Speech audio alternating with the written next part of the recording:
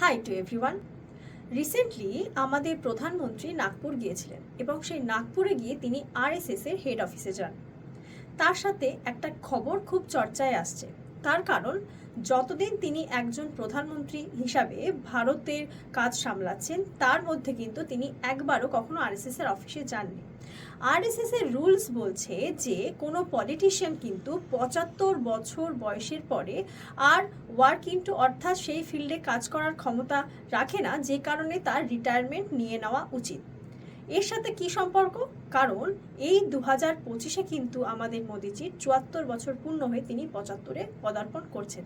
সেই জন্যই একটা খবর খুব চর্চায় আসছে যে তাহলে কি তিনি রিটায়ারমেন্ট নেবেন। তার কারণ এখন রিসেন্টলি কোনো ভোটের তো কোনো খবর নেই।